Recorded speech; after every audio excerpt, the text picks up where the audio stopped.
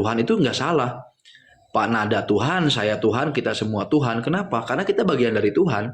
Kita yang ada saat ini Iya. besok nggak bakal ada. Besok belum tentu ada. Nah, keberadaan yang tidak mutlak itu tidak pantas disebut ada. Begitu loh. Keberadaan yang tidak mutlak itu tidak pantas disebut ada. Contoh, saya kasih contoh. Begitu orang punya motor, Pak Nada punya motor, itu motor siapa? Motor Nada kan? Punya topi, topinya Nada. Punya HP, HP-nya Nada. Sekarang Allah punya manusia, tapi kok masih mengklaim saya Kusuma? Kenapa nggak menyebut manusianya Allah? Hambanya Allah, umatnya Allah. Kenapa nggak begitu? Nah, itulah rasa memiliki manusia di situ. Nah, Al-Halaj sudah tidak punya rasa kepemilikan atas dirinya. Sekarang, bayangkan coba, kalau Panada punya motor, tapi motornya bilang, saya adalah Honda. Lah, kan gue yang beli elu. Gue kan yang ambil elu dari showroom. Gitu kan? Nah, Iya. orang-orang itu nggak paham. Nggak paham ya, ya. Motor aja dibeli sama kita jadi motor Kusuma. Mobilnya, oh itu mobil Kusuma Said, oh itu rumahnya Kusuma Said, ya kan? Tapi begitu manusia diciptakan oleh Allah, kenapa manusia nggak bilang saya adalah makhluknya Tuhan? Padahal kan kita diciptakan sama Tuhan. Giliran HP aja, ini HP saya, ya kan? Ini duit saya, ini gaji saya, ini rumah saya. Tapi begitu manusia punya, begitu Allah punya manusia, manusia nggak mau mengakui. Sama seperti kita beli HP, tiba-tiba HP-nya ngomong, saya bukan punya kamu lah. Lu kan dibeli sama gue, bego, gitu kan? Kok bukan punya gue, gitu kan? Yang kita beli aja itu punya kita, apalagi Allah yang menciptakan kita. Wah, nah orang-orang kan tidak ngeh ke sana. Kenapa tidak ngeh? Karena stres, gak punya Banyak yang duit. terbuai. Iya, banyak Banyak yang hutang. terbuai. Sekarang orang yang masih punya hutang pinjol, orang yang masih suka apa tuh banyak masalah, masih suka repot hidupnya, mereka nggak bakal bisa ngeh dengan omongan saya. Kenapa? Karena mereka tidak punya waktu untuk merenung. Padahal, coba aja malam tahajud, baca deh satu piti saya, satu aja nggak usah banyak-banyak. Sambil merenung, itu, aduh gampang banget, itu serius gampang banget itu sebenarnya. Iya, Makanya simple, orang-orang yang singkat. menghujat saya, orang-orang yang ngegas-ngegas segala macem, lihat aja fotonya satu-satu. Mereka rata-rata ya memang orang yang nggak belajar agama secara mendalam gitu. Iya. Orang-orang yang belajar agama itu nge sebenarnya itu banyak kok di kitab yang bilang begitu, yang bilang wahdatul wujud, la mawujud ilallah itu banyak kok yang bilang seperti itu. Bang Kurang Kusuma, jelas gitu. Iya, itu kalau udah tahu makrifat itu ya, entah betul entah enggak itu. Itu udah tingkat tinggi katanya itu. Padahal simpelnya sebetulnya. iya betul simpel. Saya Nah pun orang-orang senyum-senyum saja. betul sama kayak begini deh, sama kayak begini. Pak Nada itu punya mobil, ya kan? Pak Nada naik mobil, tiba-tiba anak Pak Nada bilang, wih bapakku hebat banget bisa pakai mobil. Atau begini deh, Pak Nada nonton Ronaldo main bola, nonton Messi main bola, terus bilang, waduh si Messi hebat banget tuh main bola. Padahal Messinya biasa aja tuh, gitu kan? Yang menganggap mereka hebat itu kita yang bodoh gitu kasarnya. Iya, iya.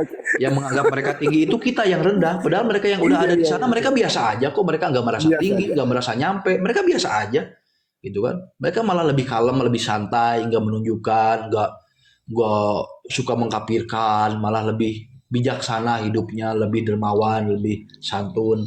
Nah kita Saya, yang di saya mau bawah nanya ini. begitu. Saya mau nanya Bang Kusuma. Gimana gimana? Jadi ketika substansi dari sebuah agama gitu ya adalah memang cinta kasih, atau misalkan tadi ketika dikatakan sholat itu untuk menghindari perbuatan yang keji ya dan mungkar gitu, perbuatan mungkar gitu ya. Nah, apakah ketika kita mampu menghindari hal itu kita tidak perlu sholat gitu ya? Kira-kira masih dibutuhkan nggak sholat itu? Apakah sholat menjauhkan perbuatan dari keji dan mungkar? Dan jika kita sudah menjauhi perbuatan keji dan mungkar, apakah sholat masih wajib? Begitu kan? Bukan, maksudnya kan memang pernyataannya adalah sholat itu untuk Menjauhkan, menjauhkan dari perbuatan-perbuatan yang buruk seperti itu kan. Tapi kita bisa tuh menghindari. Kita masih diperlukan nggak sholat itu? Ya, begitu kita bisa menghindari perbuatan keji, apakah kita masih perlu sholat gitu kan maksudnya? Iya betul. Oke, sekarang begini. Perbuatan keji yang paling tinggi apa? Merampok, Apa mencuri, tuh? berzina atau apa? Perbuatan keji yang paling tinggi apa? Syirik mungkin ya, kalau Nah, dalam Islam. syirik masih mending. Syirik menyekutukan Allah kan? Iya.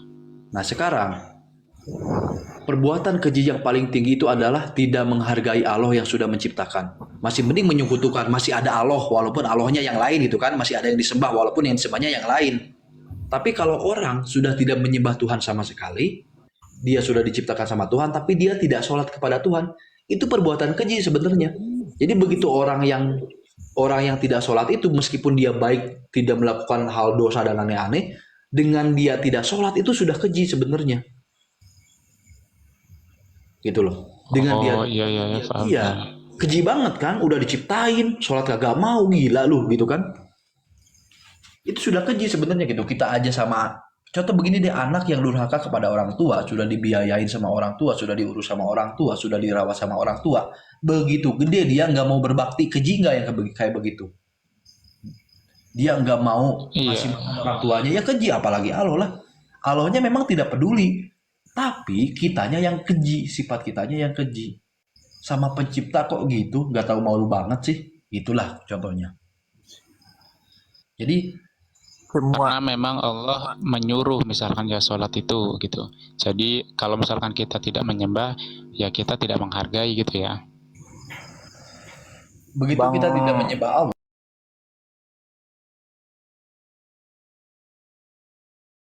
ya Allah, tapi Allah tetap punya harga. Izin bang, Betul. Iya dong. izin bang. Gimana? Perkenalkan bang, nama saya Tajudin bang dari Kalimantan Selatan bang. Saya tadi kaget sebenarnya, makanya saya matiin mikrofonnya. Loh, kok ada Jibril, mau turun wahyu kah atau gimana gitu? Enggak, Jibril itu nama anak saya bang. Jadi Oh, saya iya, makanya saya kasih. kaget gitu. Dan tadi saya diemin, tak kira malaikat kaget. Jibril masuk TikTok. Berarti ini bapaknya malaikat ini. Iya, gitu. Kalau Harapan dulu kan saya, wahyu, anak saya menjadi salah satu malaikat gitu. Harapan saya gitu ya, membawa kecerahan. Itu harapan saya dengan menamai anak saya itu Jibril gitu bang. betul. Tapi Oh ya, hati-hati. boleh boleh. Betul. Tapi hati-hati. Kenapa nggak dinamain Allah?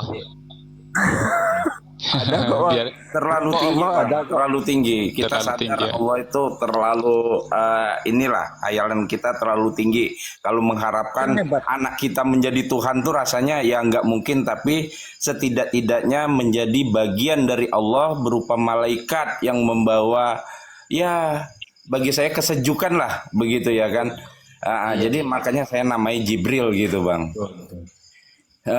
Izin bang, mengenai sholat tadi bang, berarti sholat itu bentuk ritual kita sama Allah gitu ya bang. Bentuk kita itu kasih sama Allah.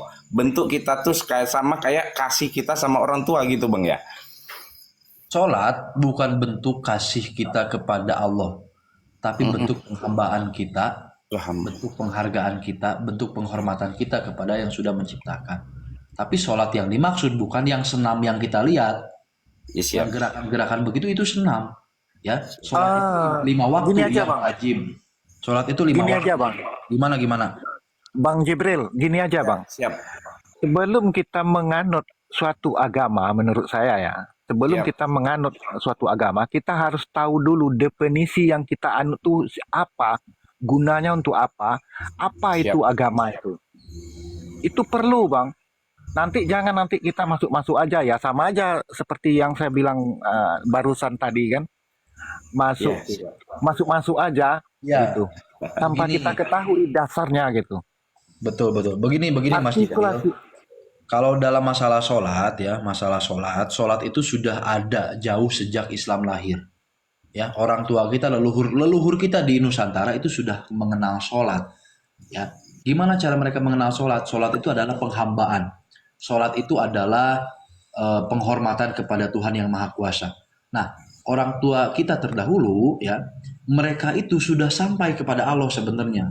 Sebelum ada Nabi, mereka sudah sampai kepada Allah. Mereka itu mau berterima kasih kepada Allah, mau menyembah Allah, tapi mereka bingung dengan cara apa.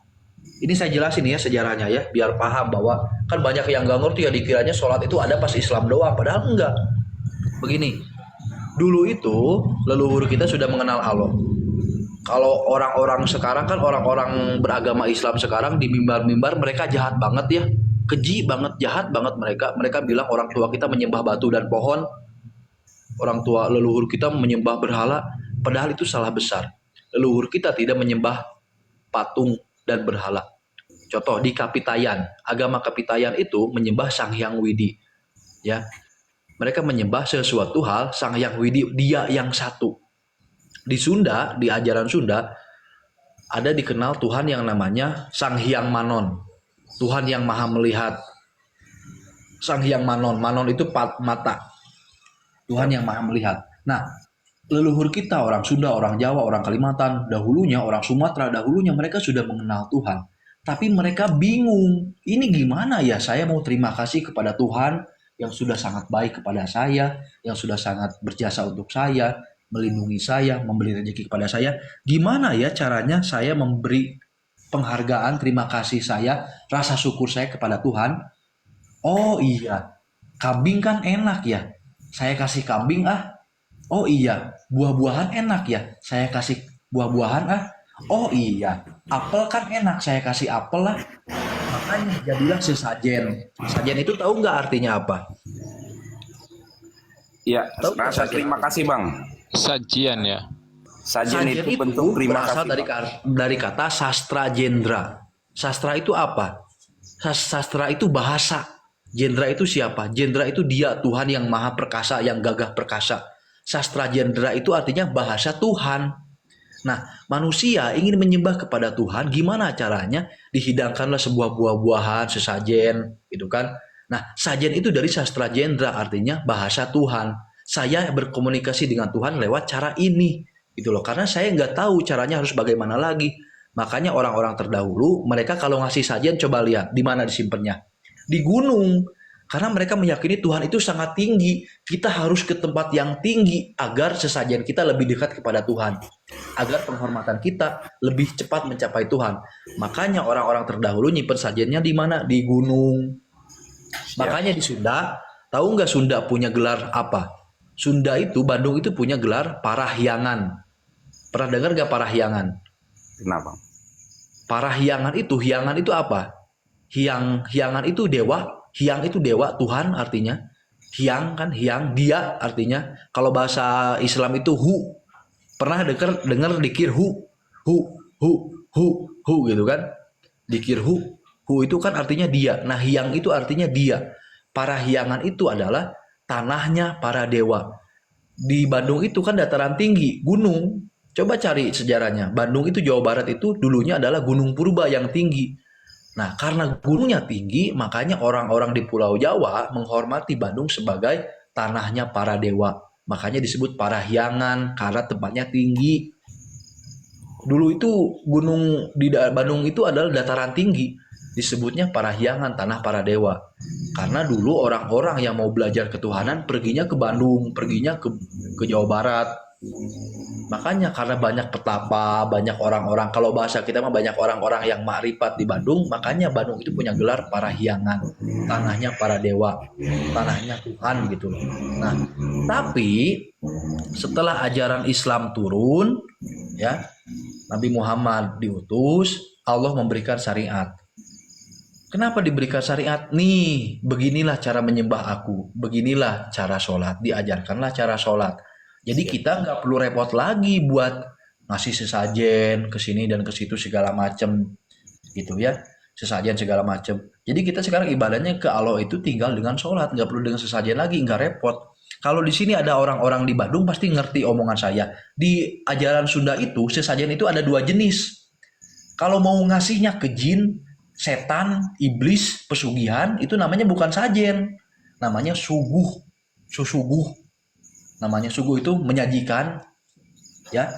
Kalau sajen itu kepada Tuhan, bukan kepada setan. Kalau kepada setan di dalam Sunda itu ada namanya suguh, bentuknya sama, kambing gitu kan. Kalau kita main sekarang ada lihat itu kan masih sesajen ke laut. Nah, kalau kata orang Sunda itu namanya suguh, bukan sesajen. Susuguh untuk memberi ke jin yang datang, kita ngundang jin, jinnya datang kita kasih makan, itu namanya susuguh kalau dalam bahasa Sunda. Nah, kalau suatu hidangan yang disuguhkan kepada Tuhan itu namanya bukan susuguh, tapi namanya sajen. Sajen itu apa? Sastra jendra. Artinya apa? Bahasa Tuhan. Nah, jadi sholat itu sudah ada sebelum Islam turun. Begitu Islam turun, sholatnya jadi lebih simpel, jadi lebih ringan, jadi cuma 5 waktu doang, gitu. Dulu Bang, sholat itu repot gitu. apa namanya, pernah ngedenger itu nggak, apa namanya, Sunda Wiwitan yang masih bertahan sampai sekarang itu? Iya, iya, ada Sunda Wiwitan. Iya, berarti termasuk itu juga ya? Gimana? Iya, berarti itu juga termasuk yang tadi abang seperti awal sebutkan ya? Iya. Nah, sebenarnya Sunda Wiwitan itu bukan agama Sunda. Itu agama baru sebenarnya. Namanya kan Sunda Wiwitan, artinya Sunda yang pertama, ya kan? Wiwitan itu pertama, ngamimitian, ngawitan. Dalam bahasa Sunda itu ada namanya ngawitan. Ngawitan itu mendahului, gitu kan? Sunda Wiwitan itu kan sekarang mendeskripsikannya, oh Sunda Wiwitan itu adalah agama pertama tanah Sunda. Padahal bukan. Agama pertama di tanah Sunda namanya Jati Sunda. Jati Sunda itu menyembah Tuhan yang tidak tergambarkan. Bang Jati Kusuma, Sunda itu gimana? Jati Sunda itu apakah agama Islam udah masuk ke tanah Sunda atau bagaimana, Bang? Jati Sunda itu adalah agama purba. Orang-orang tua kita, leluhur di tanah Sunda itu menyembah Tuhan, tapi Tuhannya tidak tergambarkan. Ya, Iya, betul. Yang saya tanya, Bang, gini. Bang, apakah waktu itu agama Islam apa udah ada atau belum, Bang, masuk ke Belum. Nusantara? Belum. Oh, iya, betul. Agama Jati Sunda itu sejaman dengan Nabi Ibrahim. Iya. Agama Jati Berarti Sunda itu sejaman dengan Nabi nenek moyang leluhur Nusantara sudah mengenali itu yang namanya kepercayaan, Bang. Sudah. Mereka bukan menyembah. Terbukti menyembah itu, Buddha. Betul. terbukalah ceritanya. Jadi prinsip saya secara pribadi, sholat itu termasuklah itu budaya. Saya jamin itu, Bang. Ya, sholat termasuk. Tradisi. Iya, karena Tradisi semua yang budaya. dilakukan manusia itu tradisi. Iya, Semua betul. yang dilakukan manusia itu tradisi dan budaya. Budaya Nanti Islam, budaya Arab, budaya Sunda. Iya. Gitu. Nanti sampai Islamnya ujung-ujungnya sendiri, nanti agama Islam itu dikatakan nanti sebagai politik tertua di muka bumi. Nah, itu kalau politik tertua itu saya belum ngeh kemana larinya, karena sebelum Islam Abang coba sampaikan ke situ. Dalami dulu. Oh Perlu iya, ini pendalaman. ya Bang, begini. tadi berkata-kata tentang itu ya, apa namanya, yang Jati Sunda itu dia Ya. menyembah sesuatu yang tak tergambarkan ya.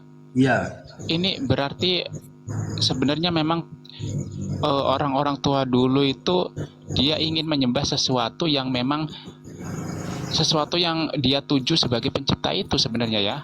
Jadi kalau misalkan dalam Islam kan sama, laisa kamislihi syai'un kan, tak Iya. serupa tak seumpama. Jadi kayak Jati Sunda tadi gitu ya. iya. Jadi orang leluhur tanah Sunda itu dulu ngomongnya begini. Begitu ditanya, kamu nyembah siapa? Saya menyembah dia. Dia itu yang mana? Yang melihat. Dia itu yang mana? Yang mendengar. Dia itu yang mana? Yang mengatur. Dia itu siapa? Yang berkuasa. Jadi disebut gelarnya, yang mengatur, yang berkuasa, yang pengasih, yang penyayang. Terus ditanya, namanya siapa? Nah, orang Sunda terdahulu ngomongnya begini, saya tidak bisa menyebut namanya, takut saya salah. Pokoknya yang itu aja gitu ya. Itu aja, dia bahkan tidak sanggup menamai itu siapa gitu loh. Makanya orang-orang tasawuf kan sekarang menyebut Allah dikirnya apa? Hu kan, dia. Saking tidak bisanya menyebut, saking terlalu sucinya namanya untuk disebut, jadi disebutnya dia. Pernah dengar nggak dikir yang seperti itu, dikir tarikat? Hu. Iya, Iya sering-sering. begitu. Artinya dia hu itu. Nah, kenapa disebut dia? Kenapa nggak disebut Allah aja? Karena nama Allah terlalu suci. Orang tarikat itu sudah ada di level itu. Nama Allah disebut sama kita yang masih kotor. Aduh, berat banget deh. Makanya udah deh, mending nyebut dia aja. Nah, jadi pemahaman tasawuf itu dalam sebenarnya. dia takut untuk membawa nama-nama Allah. Dia takut untuk menyebut nama Allah dalam keadaan hati yang kotor. Makanya orang-orang kalau sudah dikirnya sudah sangat dalam, dikirnya Pertama apa dikirnya? La ilaha illallah. Kedua apa? Allah, Allah, Allah, Allah. Ujungnya apa?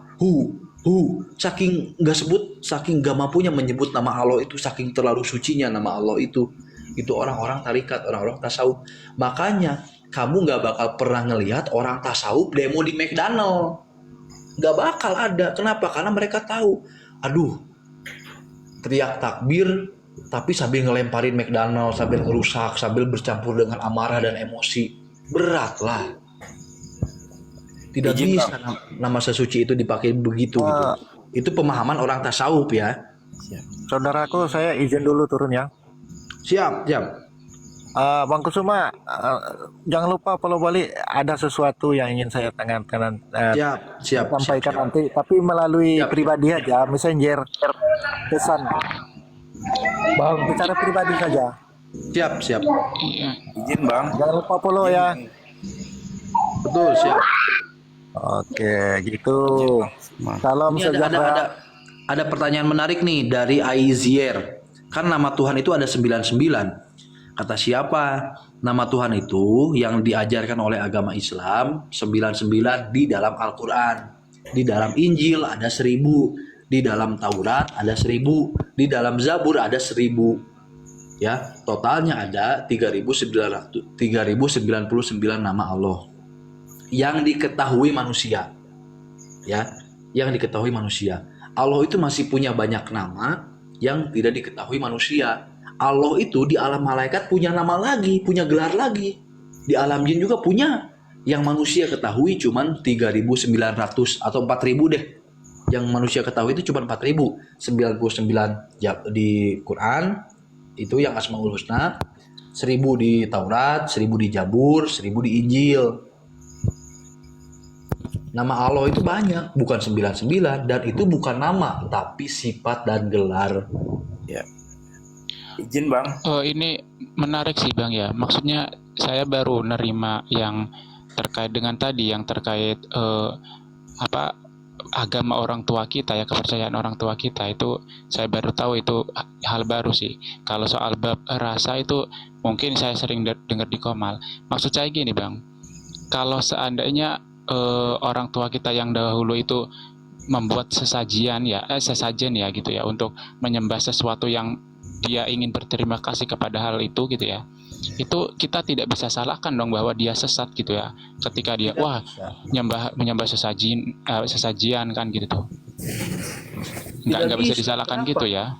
Jangankan orang tua terdahulu, Mas, orang zaman sekarang saja kalau tidak tahu tidak dihukumi sesat. Makanya di dalam Islam ada apa? Ada yang namanya zaman fatroh. Pernah dengar gak zaman fatroh? Iya. Zaman fatroh itu zaman terputusnya risalah kenabian. Dari zaman Nabi Isa ke zaman Nabi Muhammad itu ada waktu kosong 600 tahun. Ya. Nah, waktu kosong 600 tahun itu orang-orang di sana tidak bisa disebut orang kafir meskipun menyembah babi, menyembah patung, menyembah pohon, karena tidak ada risalah kenabian. Orang yang bisa disebut kafir itu kalau datang risalah terus ditolak, itu kafir. Ini nggak datang risalah mau nolak gimana? Ibaratnya nggak ditawarin Indomie mau nolak gimana gitu loh. Kan nggak ada risalah. Kira-kira gimana nih kalau seandainya misalkan gini, dia masih memegang kepercayaan yang orang tua yang dikatakan tadi sesajen itu ya, kemudian ketika datang risalah dia masih percaya sama hal itu, gimana itu kira-kira?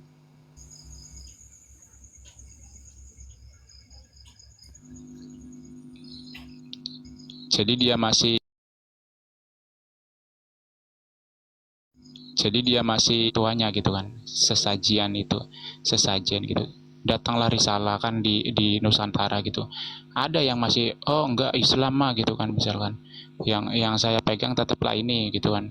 Saya menyembah ini gitu kan. Itu gimana gitu maksudnya? Apa kafir gitu kan?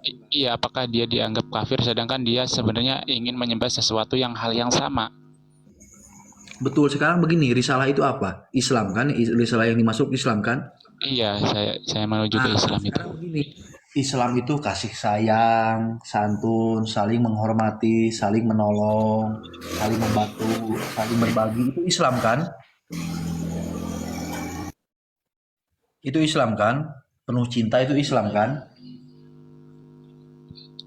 Iya, kalau dilihat dari perilaku. Cuma yang dimaksudkan ini kan Islam itu adalah yang Enggak. dibawa oleh Rasulullah. Iya, iya, iya, paham, paham. Ini belum tamat saya jelasin nih. Saya belum tamat. Islam yang dibawa Rasul kan penuh cinta kan? Iya, benar. Penuh kasih sayang kan? Membantu sesama kan? Mengasihi sesama kan? Betul? Iya, Sekarang kalau Islam yang dibawa Habib Bahar, apakah Islam yang dibawa oleh Rasul? Datang ke mimbar anjing-anjingin presiden, bangsat-bangsat presiden, berdebah-berdebah presiden, mengkapirkan semuanya. Itu risalah yang dibawa Rasul bukan yang galak-galak seperti itu. Kira-kira. Bukan. Bukan kan? Bukan, Bang. Apakah bisa? Apakah bisa disimpulkan orang yang menolak Habib Bahar bisa disimpulkan menolak Rasul? Tidak. Tidak. Iya.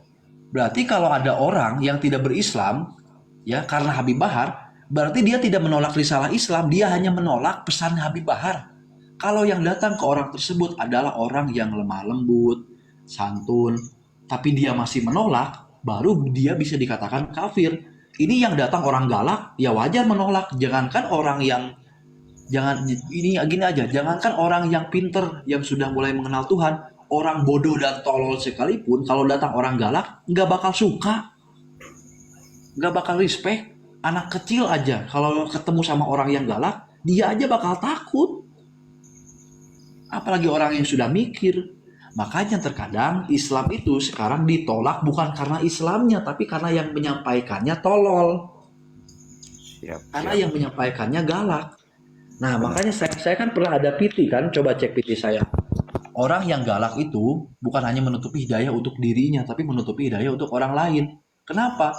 Ada orang Kristen, orang Buddha, orang Hindu yang asalnya tertarik dengan Islam, pengen belajar Islam, tapi ngelihat kelakuan orang Islam kayak begitu, mereka jadi takut, takut dihakimi, takut dimarahin, takut digebuk, takut didemo. Akhirnya apa? Yang awalnya mau belajar Islam jadi nggak jadi belajarnya, nggak jadi turun hidayah karena orang-orangnya galak. Nah, makanya saya bilang, kalau mau menyampaikan risalah Rasul, bawalah dengan penuh cinta dan kasih. Memangnya kamu dakwah kepada siapa? Kamu dakwah ke anjing, kamu dakwah ke monster. Musa aja, Nabi Musa yang dakwahnya ke Fir'aun disuruh lemah lembut. Itu Fir'aun loh. Apalagi hanya sekelas Ahok. Gitu loh maksud saya. Ke Fir'aun saja harus kalem lemah lembut. Apalagi sekelas McDonald, apalagi sekelas Starbucks. Ayolah ngomong baik-baik, diskusi baik-baik, ngobrol gimana enaknya, gimana baiknya. Jangan demo-demo segala macam, jangan serang-serang. Kalau demonya tidak masalah, saya tidak masalah dengan demonya. Tapi coba lihat, orang demo di Amerika, demonya cuma bawa spanduk, bawa tulisan. Orang demo di Inggris, ya demo membela Palestina, demonya bawa spanduk, bawa tulisan. Tapi demo di kita, kaca McDonald dihancurin, kursinya dihancurin, dilemparin batu. Jadi saya tidak mempermasalahkan demonya, tapi demo orang kita itu norak gitu. Demonya orang Indonesia itu norak, bakar-bakar ban. Ngapain? Asapnya nggak bakal nepi ke Gaza, nggak? Gitu loh maksud saya.